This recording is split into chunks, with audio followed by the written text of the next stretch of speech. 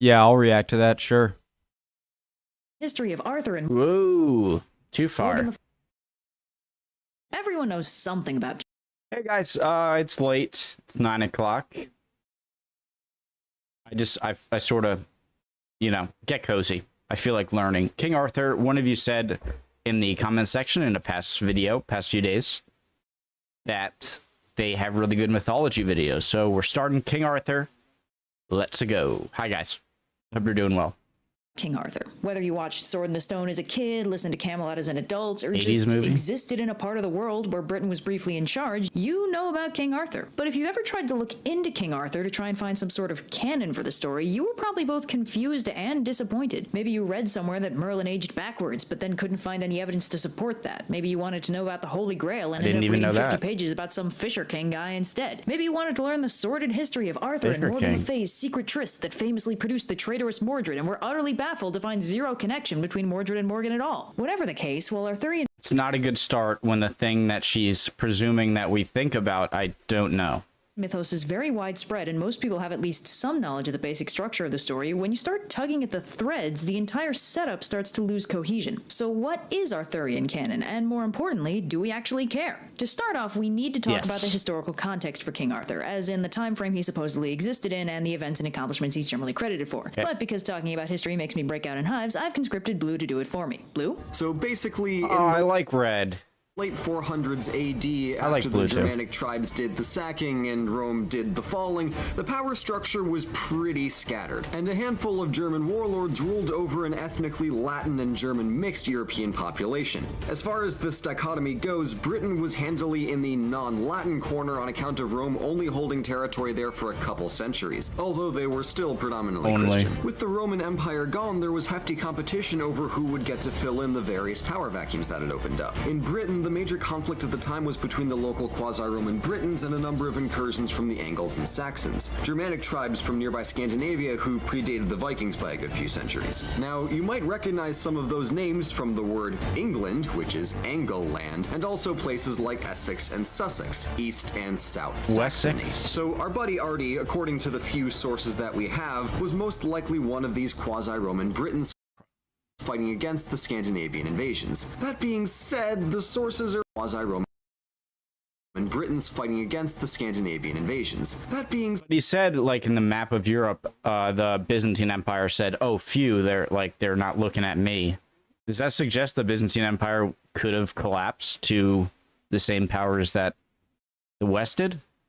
Likely one of these quasi-Roman Britons fighting against the Scandinavian invasions. That being said, the sources are pretty spotty, so we don't even know if this guy ever really, you know, existed. He may well be an exaggerated version of some real historical figure, as some historians suspect, or, like most superheroes, he could have been 100% made up and then just placed into a real-world setting. But whoever King Arthur was or was inspired by, the bottom line is that they had some serious beef with the Angles and Saxons. Thanks, dude. So now that we've gotten the historical Arthur stuff out of the way, let's talk about the retold Arthur stuff.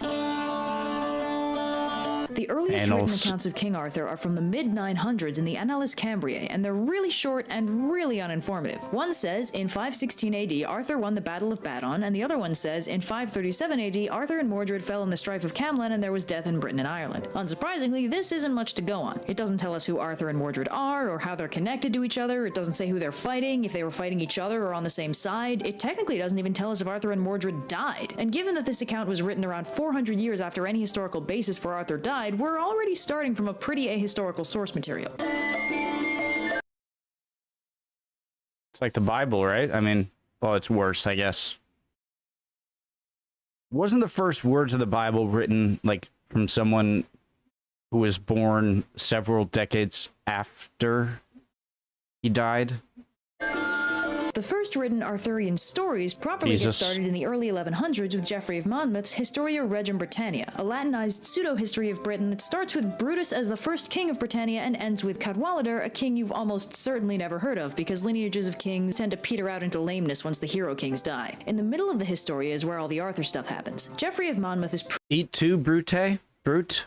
That Brutus? pretty much responsible for the foundation. In the middle of the Historia is where all the Arthur stuff happens. Geoffrey of Monmouth is pretty much responsible for the foundations of Arthurian legend, the stuff that everyone agrees on. He's got Merlin, Guinevere, Mordred is a traitor, Excalibur, the Strife of Camlan, the Island of Avalon, stuff like that. So according to Geoffrey, the basic timeline goes like this. Uther Pendragon, king of Britannia, is at war with the Saxons, but also he really wants to sleep with this lady Egerna, who happens to be married to Uther's buddy Gorlois, the Duke of Cornwall. Uther and Gorlois casually go to war over this whole debacle, but Merlin, a wise dude with vaguely defined magical powers, helps Uther bang Egerna by shapeshifting him to look like Gorlois so he can sneak behind enemy lines and get down with another dude's wife. This is how Arthur happens. Uther then storms the castle, and he and Egerna then get married and have another kid named Anna. Uther is then poisoned by the Saxons and dies. Arthur takes the throne at the ripe old age of 15 and proceeds to spend the next several years conquering his way through a truly ridiculous amount of northern Europe, including, but not limited to, Ireland, Iceland, Norway, and Gaul, which, if you've ever read an Asterix book, you already know was dominated by the Roman Empire. So by conquering Gaul, Arthur's pretty much declared war on the Roman Empire. What the heck, Geoffrey? That's not even slightly historically viable. So Arthur moves on to fighting Rome, but while he's away doing that, his nephew Mordred marries Arthur's wife Guinevere and usurps the throne. Arthur comes back to fight Mordred in the famous Strife of Camlan, and while Mordred is killed in the encounter, Arthur is fatally wounded and is taken away to the magical island of Avalon to be healed. Avalon, by the way, has been referenced once before by Geoffrey as the place where Arthur's sword Caliburn was forged. Now, Caliburn is, unsurprisingly, going to turn into Excalibur in the next few centuries once the word gets a little more Frenchified. Caliburn. Is there a Lord of the Rings reference there? Obviously, Lord of the Rings was written after. I didn't mean, you know what I mean. Did Lord of the Rings make any this legend references? Geoffrey seems to Caliborn? Isn't that like an elf? Or like the first. Is unsurprisingly going to turn into Excalibur in the next few centuries once the word gets a little more Frenchified. Geoffrey seems to have gotten the name Caliburn by Latinizing a Welsh word, which I have no hope of pronouncing correctly, but is spelled like this, which might also just be an archaic word for sword. At this point, Caliburn isn't fancy or magic or whatever, it's just a really good sword. So to recap, Geoffrey establishes Arthur as a conquering king, Merlin as what is heavily implied to be a classical druid, Mordred as a traitor who usurps the throne, Excalibur as Arthur's nifty sword, and Guinevere as Arthur's wife. Okay.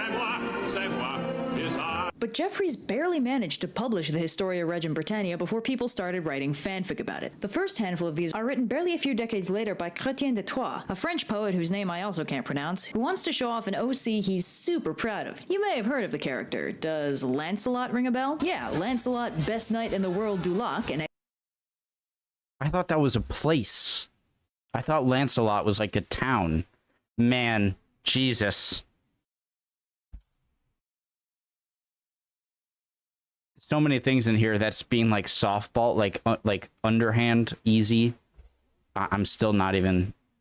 Exiled character. Does Lancelot ring a bell? Yeah, Lancelot, best knight in the world du lac, an exiled prince raised by the Lady of the Lake in her magical fairy kingdom, who's super handsome and totally unbeatable, and all the girls like him. Lady of the Lake. The girl instead of Arthur is somebody's original character. Do not steal. Try and contain your shocked disbelief. So Chrétien is actually responsible for a few major Arthurian elements beyond Lancelot. He introduced the Lancelot-Guinevere romance subplot, and he also introduced the Grail, although it's not the Holy Grail yet. We'll get back to that in a minute, because the Lancelot-Guinevere thing is kind of a big deal in all later versions of the mythos, usually credited with being the reason for the ultimate downfall of Camelot. But in strange women in lakes is no way of.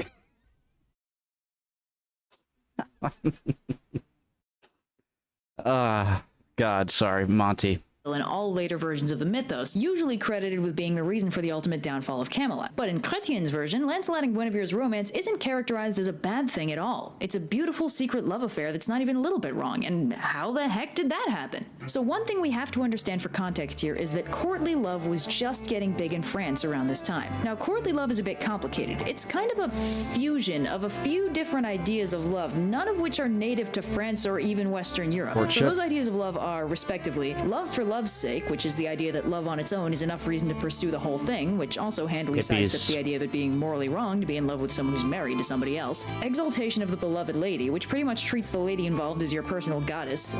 Think Princess Brides as you wish for an example of how that works. The ennobling power of love, the idea that being in simp.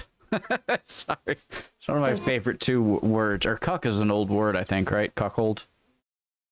But simp is one of the few new words that have been created that I think is pretty funny. brides as you wish for an example of how that works. The ennobling power of love, the idea that being in love makes you more noble or like spiritually enlightened or something. Yeah. And love is desire never to be fulfilled. The idea that courtly love can't really go anywhere. You just gotta stay in an eternal state of mutual pining until one of you dies or the whole thing goes public and falls apart. Now, one of the reasons why courtly love was showing up in France around this time was that the First Crusade had just wrapped up and all the French Crusaders were coming home, bringing some very interesting cultural ideas back with them. Also, the Reconquista was in full swing, causing a similar cultural bleed into France from Muslim Spain. This is relevant because all four of these courtly love elements can be easily traced back to contemporary Islamic and Arabic notions of love. Love for love's sake and exaltation of the beloved lady are both themes in Arabic literature in the 9th and 10th centuries, while the ennobling power of love is discussed at length by Avicenna in his early 11th century treatise on love, and love as desire never to be fulfilled is a major theme in Arabic poetry. What the heck? What happened in like the 11th century in the Middle East that just made that? Never mind. As well as the general idea that love is something that completes a person and is basically a form of enlightenment, which also shows up in courtly love. So courtly love was getting big in France right about now, and as a result, Chrétien wrote a lot of courtly love stories, which is what Lancelot and Guinevere's whole thing was. In the first story that they appear together in, Lancelot rescues Guinevere from this bad guy Maleagant, they spend a passionate night together, and they end up in a classic courtly love relationship where it's basically a very careful dance so they don't get exposed while still being properly infatuated with one another. Lancelot has all kinds of trials and tribulations to defend Guinevere's honor. Guinevere at one point tells him to deliberately lose a tournament to prove his love for her, but when he starts losing, she's all like, I changed my mind, and it ends up with them very carefully hugging in public. While the secrecy of their relationship is prioritized, they're never characterized as being in the wrong for pursuing that relationship. Guinevere is married to Arthur, but she's in love with Lancelot, a very classic courtly love setup. Lancelot and Guinevere sleeping together, despite Guinevere being married, was justified by love for love's sake, and the whole thing actually made Lancelot more noble rather than less via the ennobling power of love part. And of course, since they could never properly be together, they hit that last part bang on. Their love could never be fulfilled. We'll get... Classic. Okay. So the forces of... What's that? There's a quote, like, you can only truly love someone when you're like when there are no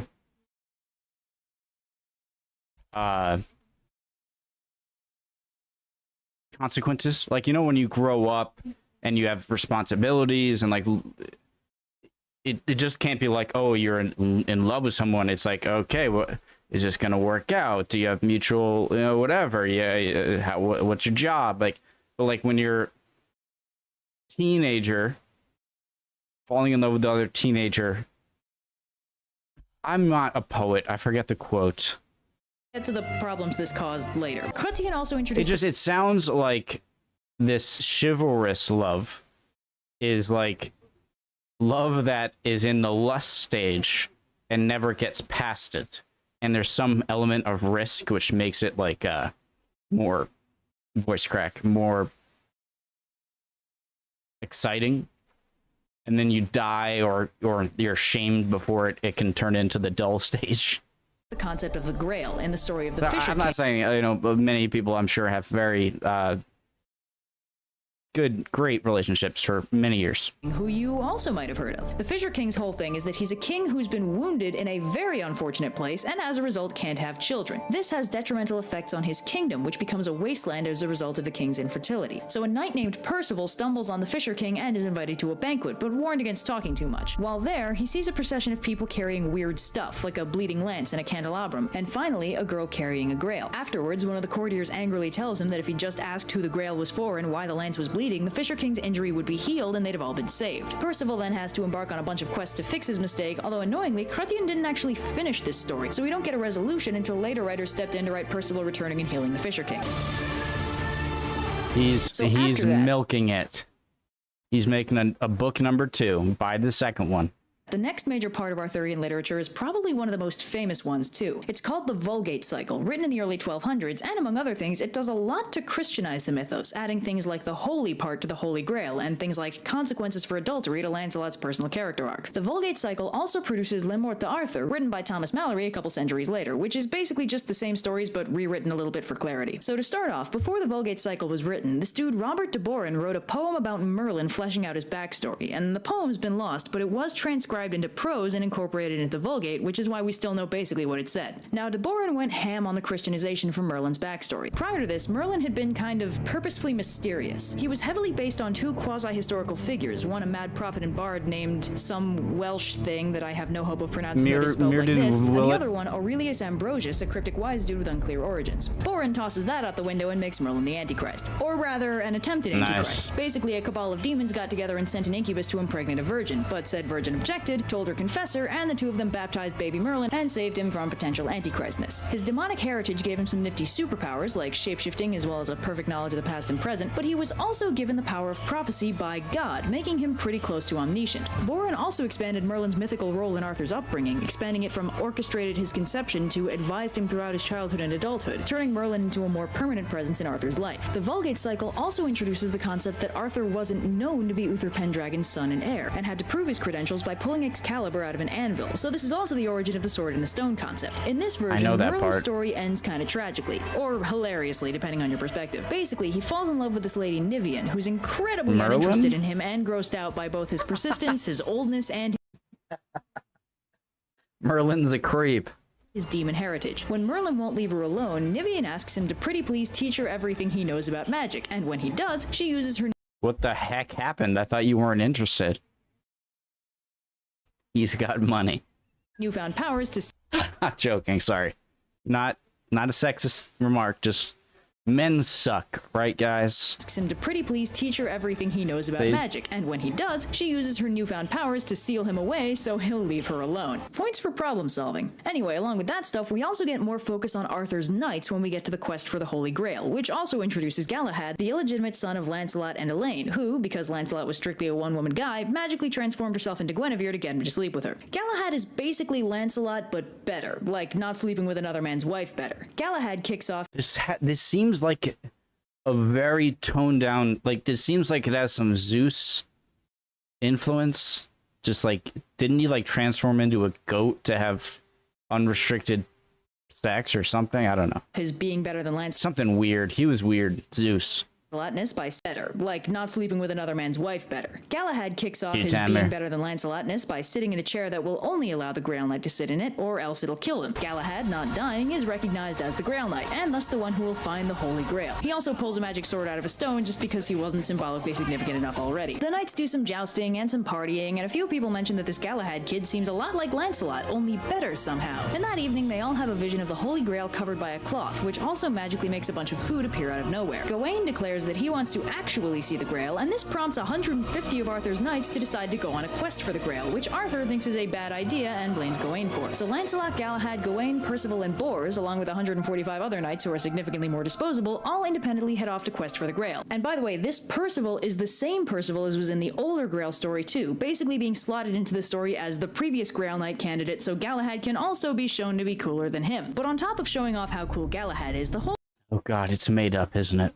The whole story is basically about driving home how not cool Lancelot is, because pretty much every turn in his quest is some other god-given sign that he's not worthy of seeing the Grail. This culminates in him actually reaching the Grail chamber, at which point it shoots a fireball at him and knocks him out for 3.5 weeks. Galahad, meanwhile, having spent his quest time fighting villains, rescuing maidens, repairing swords with a single touch, and healing the Fisher King, because oh yeah, that's still a thing, finally reaches the Grail with Percival and Bors in tow, at which point after some shenanigans, Galahad gets carried up to heaven by a choir of angels and the Grail is never seen again. Lancelot, having learned a valuable lesson about his sinful ways, resolves to stop with the adultery, a resolution which lasts till about the next time he sees Guinevere. Basically what we're seeing here is the collision between the concept of courtly love as a good thing and the champion. It's champion right there. Basically what we're seeing here. I'm saying inside jokes that I'm this is how lame I am. I'm saying inside jokes to me that I know and I'm laughing. Here is the I need to get outside. Tomorrow I'm going for like a stroll. I need to... Collision between the concept of courtly love as a good thing and the concept of being faithful to your husband as a good thing. We're ending up with kind of a weird moral conflict as a result of these two conflicting visions of what love and marriage should really mean. Anyway, alongside all that Lancelot drama, we also get some major developments in the character of Morgan Le Fay. Now, we haven't talked about her yet because she hasn't really been important up till now, although her character does feature as early as Geoffrey's Historia, where she's characterized as the eldest of 9 obviously Fey sisters who live in Avalon. She's fully benevolent in that version, and is in fact the one who heals Arthur while he's resting in Avalon. Chrétien introduced the idea of Morgan being Arthur's sister, as well as her future rivalry and dislike of Guinevere, and the Vulgate cycle expands on this by giving her a whole backstory. In this version, Morgan is the older half-sister to King Arthur, and she's betrothed by her stepfather Uther to an allied king she doesn't really like. Morgan, in Oh, God. Okay, I forgot what betrothed meant for a second. King Arthur, and she's Like your own father? betrothed by her stepfather Uther to an allied king she doesn't really like. Stepfather. Never mind. Never mind. Morgan, Forget in it. classic teen rebel form, expresses her displeasure by sleeping around a whole bunch, but is caught by Guinevere, which kicks off her famous rivalry with both Guinevere and Arthur. You want to speak, Gwen? Morgan is, among other things, very well studied, learning astronomy, astrology, magic, healing, etc. She studies under Merlin for a while, but mostly spends her time coming up with highly complex magical schemes to try and bring Guinevere and Arthur down. One of her more famous attempts, documented in Gawain and the Green Knight, involves her conscripting an indestructible knight to go to Arthur's court and get his head chopped off in the hopes that the shock of this sight will cause Guinevere to drop dead on the spot. It's all very Wile E. Coyote. We touched on this when we talked about the Grail, but throughout the Vulgate cycle, Guinevere and Lancelot are of course continuing their courtly love tryst, but probably due to the Christianization of this version of the story, this is treated less like noble courtly love and more like garden variety adultery. This version is also the first telling where Mordred discovers their affair. Did a new writer take over? But though he tries to persuade the other variety adultery. This version is also the first telling where Mordred discovers their affair. But though he tries to persuade the other knights to kick up a fuss about it, nobody does. In fact, Arthur learns about the whole cheating thing from Morgan Le Fay, but it's not actually one of her schemes or anything. See, after a long and varied career of trying to destroy Arthur and all he holds dear, Morgan just kinda stops one day. And Arthur just kind of assumes she's dead until he stumbles on her castle several years later to discover that she's not only alive, but totally reformed, and is in fact planning on moving to Avalon to live with all the other sorceresses. While he's there, Morgan decides that she can't keep Lancelot's tryst a secret from him, and shows him the giant painting Lancelot made one of the times he was in prison there, documenting the whole affair for some reason. Yeah, it's going great. Camelot's really coming along. Guinevere's doing well. She seems really happy. So glad. It's King.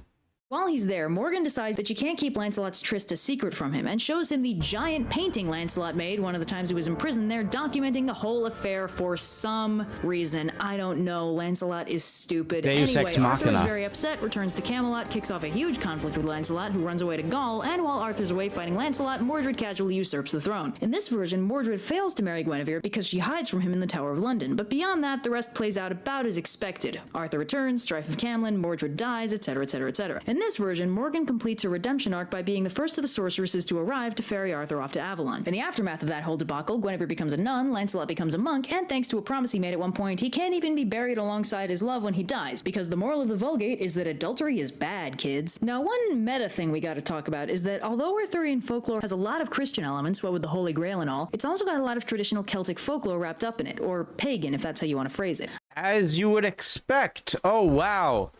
Oh, God. A story written in the 5, 6, 7, 8, 900, 1000, 1100s has Celtic and Christian stuff in it? Whoa. Curveball. I'm being sarcastic. Sorry. By the way, I love this drawing style. It's so minimalist, yet not lacking on the obvious. It's great.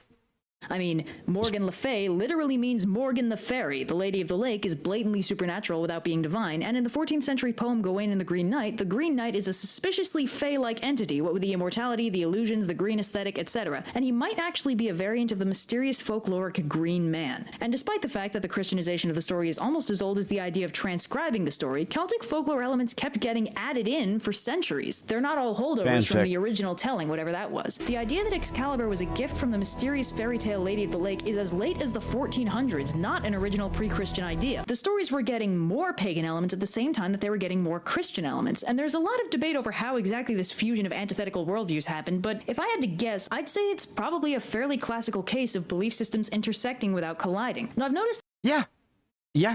What do you mean? What do you mean? It makes perfect sense. People back then they probably romanticized about stuff too, and added stuff from their time period, and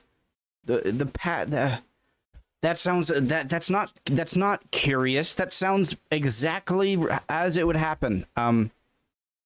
Yeah. this a lot, especially in the more historically Celtic parts of Europe, that a lot of fairy stories and ideas have survived to the modern day, not as fun mythical folklore, but just as stuff people know is true. Ireland still doesn't pave over fairy circles, and from this angle, the coexistence of Christianity with a fundamentally pagan belief system of fairy tale supernatural interference is actually pretty precedented. Again, though, just a theory, and we don't know for certain what the logic behind the folklore was, because angle, the coexistence of Christianity with a fundamentally pagan belief system of fairy tale supernatural interference is actually pretty precedented.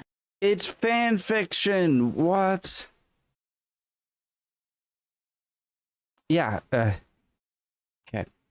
Again, though, just a theory, and we don't know for certain what the logic behind the folklore was, because it's been, centuries.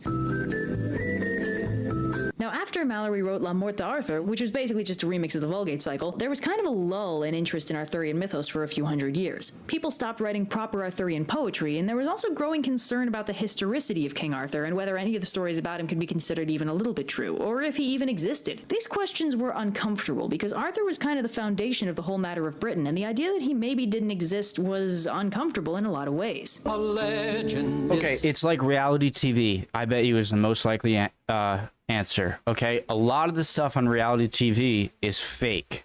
A lot of the stuff just happens. It's like you want to make a reality TV show about like a good-looking guy or a good-looking girl, and then like The Bachelor or Bachelorette.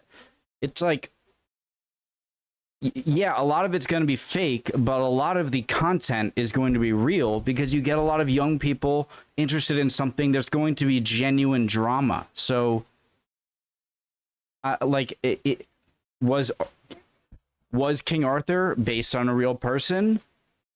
Maybe, yeah, but it's like a guy named Arthur named King. It can be based on a real person and at the same time have nothing true about it. Like that could be both true, or at least like 99% all made up.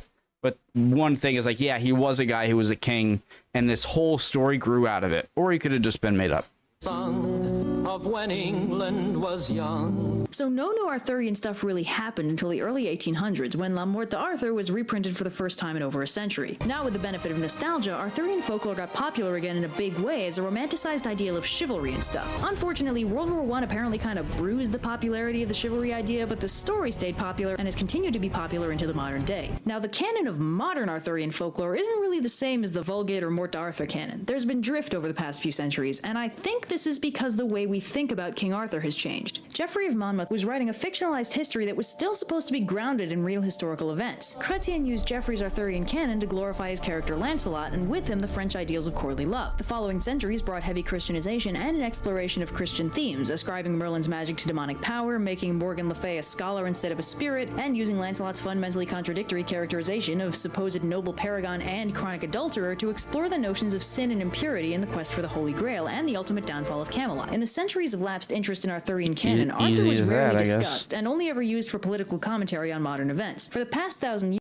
and Arthur in the quest for the Holy Grail and the ultimate downfall of Camelot. In the centuries of lapsed interest in Arthurian canon, Arthur was rarely discussed and only ever used for political commentary on modern events. For the past 1,000 years, Arthurian canon has been used to glorify specific movements and agendas, but recently we've stopped adding to Arthurian canon and have started reimagining it. Arthurian canon has basically gotten the urban fantasy treatment. Rather than focusing on the story itself, we treat it like source material. Everyone knows King Arthur, but what if King Arthur was a lady? Everyone knows Merlin, but what if Merlin was a skinny British kid? Everyone knows Mordred, but what if Mordred was a sympathetic pawn of his evil mother? Maybe. Or History Channel, shout out to you, Ancient Aliens.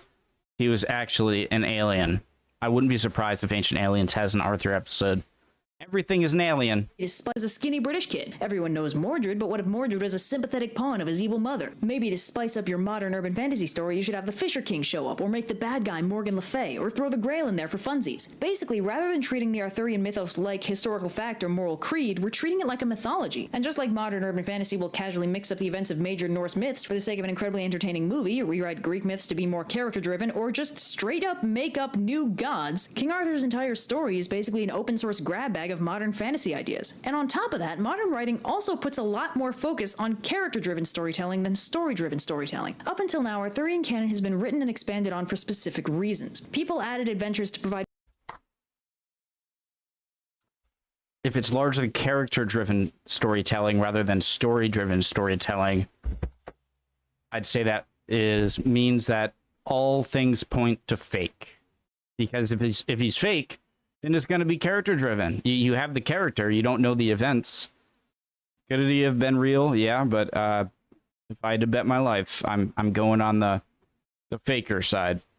Precedent for social movements or add in characters they liked. But a lot of modern writing puts almost all of the focus on dealing with characterization, with the story mostly providing context for that characterization, rather than writing stories with the characters being incidental or vehicles for the plot. And because of this focus in characterization, everyone taking that angle focuses very specifically on two parts of Arthurian mythos: Lancelot, Guinevere, and Arthur's whole situation, and Mordred. Now, the Lancelot, Guinevere, Arthur thing has two major angles. Either Lancelot is the good guy, or Arthur is. If Lancelot's oh my God, the good guy, screw you with that song.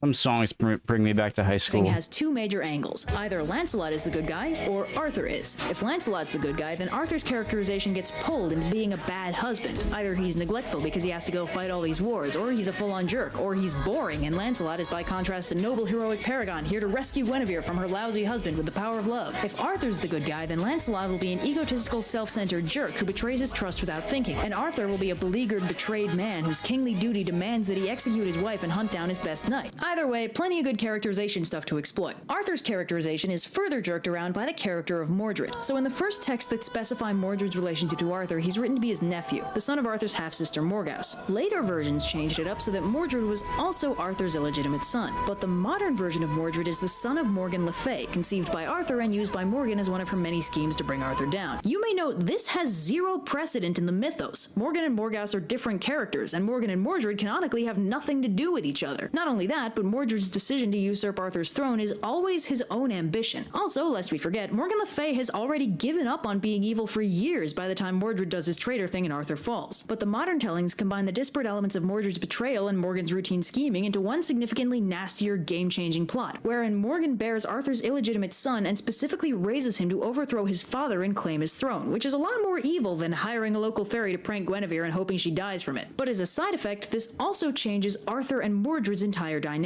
Classically, Mordred... No, it doesn't. Because that's different people telling the story. If different people over years or decades or centuries describe him as being some sort of character here and some sort of there, then they wrote them the way they wanted to see them. And now you're trying to combine all of their writings into one, like, sensical piece when it wasn't sensical to begin with. It was just people making them how they want, you know? is the traitor and Arthur is the good king brought down. But guys, feel free to say what I'm saying is stupid. There's a good possibility, but just my thoughts. Mordred's entire dynamic. Classically, Mordred is the traitor and Arthur is the good king brought down. But in this version, Arthur's not so good, what with the whole illegitimate child thing, and Mordred isn't the traitor, he's the pawn in his mother's schemes. Or, from another angle, Arthur's tragic karmic downfall brought on by his own wrongdoing. Mordred becomes sympathetic and Arthur becomes morally complex, at the cost of Morgan becoming a whole lot morally simpler. So the moral of this complex, century-spanning story is, if Arthur, Guinevere, and Lancelot had all just been honest about their feelings and entered into a mutually supportive romantic relationship, we could have called it a polyamory. Thank you and good night. If ever I would leave you. I really like her voice, both the singing and her just speaking voice. Very comforting and knowledgeable. Yeah, so I thought it was likely a story before, and now I'm much more on that side. I like when it was she was saying earlier how is it that in the later years, like 1200s or whatnot, that they were getting new material of both more dark age Roman dark age like pagan stuff and modern Christian stuff. It's almost as if people have imaginations and people I get that things were a lot more strict in the past and people were more fundamentalists and whatever their religion or ideologies were, I would imagine, but they had our brains. We're naturally curious and we like making stuff up, and so that just makes it more seem fake. Or that just makes sense. It's like all of the switches in character development don't make sense if you think Arthur was a real person, but if you think he was made up, then suddenly it makes complete sense. Hope you guys are all doing well. Love you guys. I seriously do hope you're doing well, by the way. All right, chin up. Emotions are fickle. If not, don't worry. Subject, they change. Hope you guys are doing well. Would appreciate any comments, and I'll see you all next time. Bye, guys. Next video. Bye.